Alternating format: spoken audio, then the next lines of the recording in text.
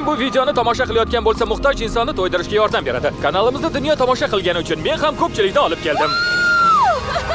Marhamat. Rahmat do'stim. Arzimaydi osh bo'lsin. Qiziq. Bu qanday ishlaydi deb o'ylayotgandirsiz. Har safar kimdir, shu jumladan siz ham bu videoni to'liq tomosha qilsangiz pul ishlanadi. Bu video qanchalik ommalashsa, o'sha pullar shunchalik ko'p odamni qornini to'yishiga yordam beradi. Hamma ovqatlanadi. Lekin bu hali hammasi emas. Mr. Beast. Sizning bu videoni tomosha qilishingiz ekin maydonlarini ta'minlaydi, ulkan oshxonalar qurilishiga sabab bo'ladi. Maktablarni o'quvchilari uchun oziq-ovqat bilan to'ldiradi va bolalarni majburiy mehnatdan qaradi. Rost aytsam, shu yerda ekanligingizdan juda xursandman. Marhamat, 1500 kishining qorni to'ydi. Kelajakka umidim katta. Bizning ovqatlanish dasturimiz tufayli maktabga qatnash keskin oshdi. Shuning uchun sinf xonalarni yangilash mantiqqa to'g'ri keladi. Maktabda partalar shunchalik kam ediki, ba'zi o'quvchilar hatto toshlar ustida o'tirishga majbur edi. O'ylashimcha, bitta partaga 4 ta bolani o'tkazmaslik kerak. Albatta, bu partaga faqat 2 ta bola sig'adi. Shundaymi? Yangi partalar xohlashadimi, yo'qmi so'ray olasizmi? Ningependa kuletewa desk mpya? Unda hozir qaytaman. Olib kiringlar. Hamma uchun yangi partalar olib keldik. Endi hamma o'quvchilarga yetarli bo'lgan partalar bor. Qarang, ular qanchalik xursand. Partalarni tushirishni boshlaymiz. Jimmy, bu videoni yaxshi ko'raman. Bu bizga Amerika va Yevropada oddiy hol deb biladigan narsalarimizni qadrlashni o'rgatadi. Masalan, maktablarda tosh ustida o'tirmasliklari uchun yangi partalar ularning haftasini unutilmas qilmoqda. Rahmat, Jimmy. Arzimaydi. Yaxshiligi yodimda qoldi. Yordam uchun rahmat, yigitlar. Hozir ular hammasini tashib ketishyapti. Yangi partada o'tirishga tayyormisizlar? Har o'quv kuni buncha bolani nonushta va tushlik bilan ta'minlay olmaydi. Ular bu oshxonada. Shuning uchun ham biz bu yangi oshxonani qurdik. Maktabni qayta jihozlashdan tashqari biz bu yerda suv saqlash inshooti bilan quduq qazidik, issiqxona va kamerani yoqqa qarab ferma qurdik. Biz bu maktabda kerak bo'lgan hamma narsa bilan ta'minlayapmiz. Qo'shni maktablardagi o'quvchilar oqimi uchun esa biz mana bunday ulkan fermalar bilan hamkorlik qilyapmiz. Bu Jassis u fermani boshqaradi.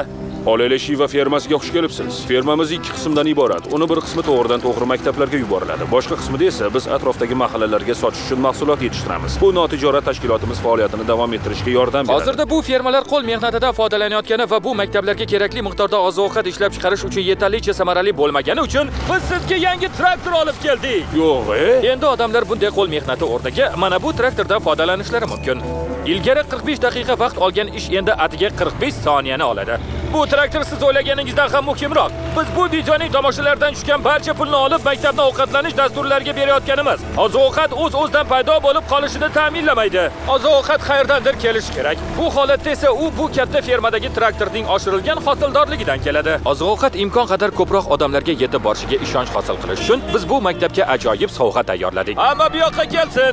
Mana sizning jamoangiz uchun yangi yuk mashinasining kalitlari. Bizga Tabriklayman. nima? Bundan foydalanib butun jamoani to'ydirishingizni istayman. Rahmat, katta rahmat. Bizda yangi yuk mashinasi bor. Bu yuk mashinasi maktabga ortib qolgan ovqatlarni butun hududdagi oilalarga yetkazish imkonini beradi. Va sizlarning yangi yuk mashinangiz ichida 100 mingdan ortiq taomga yetadigan oziq-ovqat bor. Jamoa shunchalik minnatdor bo'ldiki, ular menga echki sovg'a qilishdi. Endi meni echkim bor. Agar 100 ming taomni ko'p deb o'ylayotgan bo'lsangiz, bu video oxiriga kelib, sizning tomoshangiz tufayli biz 1 million taom tarqatamiz. Bu siz uchun geniya! Endi Ganaga boramiz. U yerda biz nafaqat bir oshxona va suv idishi, balki mahalliy maktab uchun yangi ferma qurilishini ham moliyalashtirdik. Biz ekayotgan karam taxminan 2,5 oydan keyin mana bunday ko'rinishga keladi. Biz o'quvchilarni shu kichik karam firmasidan to'ydira olamiz. Ammo bu fermadan farqli o'laroq, Ganadagi millionlab boshqa fermalarning tarixi unchalik ijobiy emas. Bu dehqonchilik jamoasi ota-onalarning aksariyati kakao fermerlari. Ming afsuslar bo'lsinki, bolalar ham oila daromadini yaratishda muhim rol o'ynaydi. O'quvchilaringizni 5 dan 4 qismi bu maktabga o'qishga kirguncha kakao fermasida ishlagan. Ha. Endi esa kakao fermasida ishlash o'rniga ular biz bepul ovqat berayotganimiz uchun ta'lim olishyapti. Ha. Bu oziq-ovqat o'quvchilar sonini oshirmoqda. U bolalarni maktabga olib keladi va ular maktabda Biz qolishadi. bolalarning maktabda qolishiga yordam berishning yana bir yo'lini topdik. Bu ularning yangi sigirlari. Biz o'nlab juft hayvonlar sotib oldik va ularni oilalariga sovg'a qilamiz. Qo'shimcha daromad evaziga ular bolalarni fermalarda ishlatish o'rniga maktabga yubora oladilar. Ertaga ularning maktabdagi birinchi kuni bo'ladimi? Ha. Tabriklayman. Yaxshi. Hayvonlar ko'p bo'lgani uchun ularni tarqatishni men Tariqqa suyanishga majbur bo'ldim. Bu esa xato edi. Tariq, keyingi 10 ta echkini bir vaqtning o'zida olib chiq. Og'ayni, bu juda ham ko'p echki-ku. Juda ko'p echki. Qani echkilar qani? Qani boshlang. Qo'y, shoshmang. Yo'q, yo'q, yo'q. Kimdir echkilarni ushlasin. Daryo, Ular sen qochib ishdan ketishdi. bo'shatilding. Yangi ishchilaringiz muborak bo'lsin. Ganadagi vaqtimizni nishonlashning ajoyib usulini bilaman. Shokolad yeb ko'rganmisizlar? Ta'mi qanday ekanini aytinglar-chi. Rahmat. Arzimaydi? Ta'm yoqdimi? Ha. Qironni ko'rmoqchimisizlar? Agar tepaga qarasangiz o'zingizni kamerada ko'rasiz. Xush kelibsiz do'stim, xush kelibsiz do'stim, xush kelibsiz do'stim. Voy, afsuski Ganadagi kakao yetishtiruvchi oilalarda yashovchi bolalarning 45% noqonuniy bolalar mehnatiga jalb qilingan. Bunga qarshi kurashish uchun biz Feastables'da fermerlar bilan hamkorlikda bolalar mehnati monitoringi va reabilitatsiya tizimlarini yo'lga qo'yib, ularni mehnatdan ozod qilib maktabga jalb qilmoqdamiz. O'quvchilarimiz uchun maktabda oshxona bo'lishini ibodatlarimizda so'ragandik. Mana endi bunga erishdik. Katta rahmat. Bu yana yillab davom etadi degan umiddaman. Ganadagi bu oilalarning qorni to'q ekan. Qo'shma Shtatlarga qaytamiz. U yerda ochlikni tugatish butunlay boshqa muammoni hal qilishni talab qiladi. Ishonasizmi, yo'qmi, Amerika shunchalik ko'p oziq-ovqat ishlab chiqaradiki, uning deyarli 40% shunchaki tashlab yuboriladi. Ammo biz shuning atiga 10% saqlab qolsak, nazariy jihatdan Qo'shma Shtatlardagi ochlikka barham bera olamiz. Bu esa bizni Amerikadagi eng yirik oziq-ovqat bozorlaridan biriga, Filadelfiya ulgurji mahsulotlar bozoriga olib keladi. Bu yerda har yili 10 million funtgacha sotilmagan oziq-ovqat chiqindiga chiqarilish xavfi ostida turadi.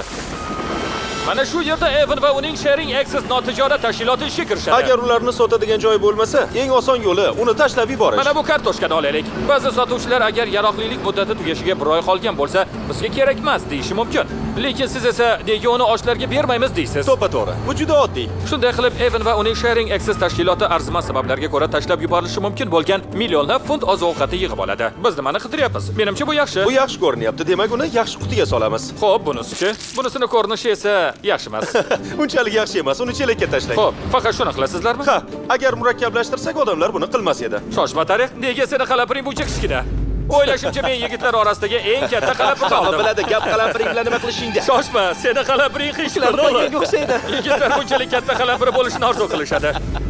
Hamma oziq-ovqatlar faqatgina bugun shu binodan xayriya qilingan. Tashqarida bundan ham ko'prog'i bor. Shunchaki bizga mavjud bo'lgan barcha oziq-ovqatni olib ketish uchun ko'proq yuk mashinalari kerak bo'ladi. Bu va shunga o'xshash boshqa bozorlarda shunchalik ko'p oziq-ovqat borki, hatto Sharing Access tashkiloti ham uni aynimasdan oldin to'liq tarqatib ulgurmaydi. Ammo yana bitta yuk mashinasi bilan ular har yili qo'shimcha 7 million funtgacha oziq-ovqatni qutqara oladilar. Gap nimada ekanini tushunayotgandirsiz. Men Evan tushunmasligiga ishonch hosil qildim va uni o'zim tayyorlagan sovg'a tomon olib bordim. Evan, ko'z bog'ichingni yechib ortingga o'giril. Yangi yuk mashinangni ko'r. Yana bir bor shu videoni tomosha qilish orqali siz Sharing Access'ga ko'proq pul berishimizga yordam berasiz. Shunda ular bu yangi yuk mashinasini yillar davomida oziq-ovqat bilan to'ldirishda davom etishlari mumkin. Lekin qo'shimcha yuk mashinasi bilan bir kun nimalarga qodirligini ko'rsatib beray. Double trayli oshxonasini ta'minlashdan boshlaymiz. U yerda har kuni muhtojlar uchun tansiq taomlar tayyorlanadi. Bu yerda ko'rib turganingizning hammasi tashlab yuborilishi mumkin edi, lekin endi bu muhtoj insonga boradigan tansiq taomga aylandi. Bu aql bovar qilmas. Biz pishirgan taomlar 600 kishini to'ydirgan bo'lsa-da, bitta yuk mashinamizda hali minglab funt yangi mahsulot bor edi. Bir nechta jamoat muzlatkichlarini to'ldirish, ko'chadagi odamlarga to'g'ridan-to'g'ri tarqatish va hatto Shimoliy Karolinada o'zimizning oziq-ovqat xayriya tadbirimizni o'tkazish uchun u yerda yuzlab odamlar to'yimli oziq-ovqatga muhtoj edi. Siz ham DoorDash yordamida ko'mak bera olasiz. Bu videoni hozirroq tomosha qilish orqali siz muhtoj insonni to'ydirishga yordam beryapsiz. Va cheklangan vaqt ichida agar siz DoorDash'dagi Dashmart'da mavjud bo'lgan bu hudini sotib olsangiz, muhtoj odamlarga mana bunday 100 ta taomni hadya qilishga yordam berasiz. Siz uchun bir nechta taom olib rahmat. Arzimaydi. Evan DoorDash hudilari ustiga o'zining Sharing Access brendini yopishtirayotganini payqadim. Yaxshi, mana. Ha, kechirasiz. Mana. Buni hal qilish uchun oziq-ovqat xayriyasini to'xtatib turishimga to'g'ri keldi. QR kodni skanerlang yoki DoorDash'da hudingizni sotib olish uchun izohdagi havolani bosing. Keling, imkon qadar ko'proq muhtoj odamlarga yordam beraylik. DoorDash'ning Project Dash loyihasi atigi bir necha yil ichida 100 milliondan ortiq taom yetkazib berishga ko'maklashdi. Bilsangiz, bu oziq-ovqatlar tashlab yuborilishi mumkin edi. Bu aql bovar Hey, qilmas. videolarni tomosha qilasizmi? Ha. Uning ismini bilasizmi? Yo'q. U meni rasmga oldi. Biz ham bilmaymiz. Oziq-ovqat xayriyasi tugagach, menda Evan uchun yana ikkita sovg'a bor edi. Evan, menda sen uchun ikkita chek bor. Birinchisi, Bizni 1 million taomga yetkazish uchun mana 600 ming taom uchun chek. Oh, xudoyim. Video chiqishidan oldin biz 1 million taom degandik. Sen ularning 600 mingtasini bajarishing Biz kerak. buni uddalaymiz. Video chiqqanidan keyin esa hali bilmayman. Bu ularning qanchasi videoni tomosha qilishiga bog'liq. Shuning uchun mana bo'sh chek. Ular videoni tomosha qilgan sari men uni to'ldirib boraman, toki sen muhtojlarni ovqatlantirishda davom et. Ey xudo, yigitlar, iltimos bu videoni tomosha qiling. Biz juda ko'p oziq-ovqat bilan ta'minlay Bu olamiz. yerga yoziladigan dollar miqdori sizlarga bog'liq, yigitlar. Bu taomlarni moliyalashtirishga nafaqat DoorDash, balki Tony Robbins ismli janob ham yordam berdi. Uning sizlarga aytadigan gapi bor. Qilayotgan ishingiz juda muhim. Siz tomosha qilgan har bir ko'rish ko'proq taom olib keladi. Shuning uchun bu yerda menga qo'shilishni istagan har bir kishi uchun mablag'larni tenglashtirib 10 million taom ajratishga va'da beraman. Keling, odamlarga yordam beraylik. Bu videoni do'stlaringiz bilan baham ko'ring. Tony Robbins va DoorDash tufayli har 20 ta ko'rish muhtoj inson uchun bitta taom degani.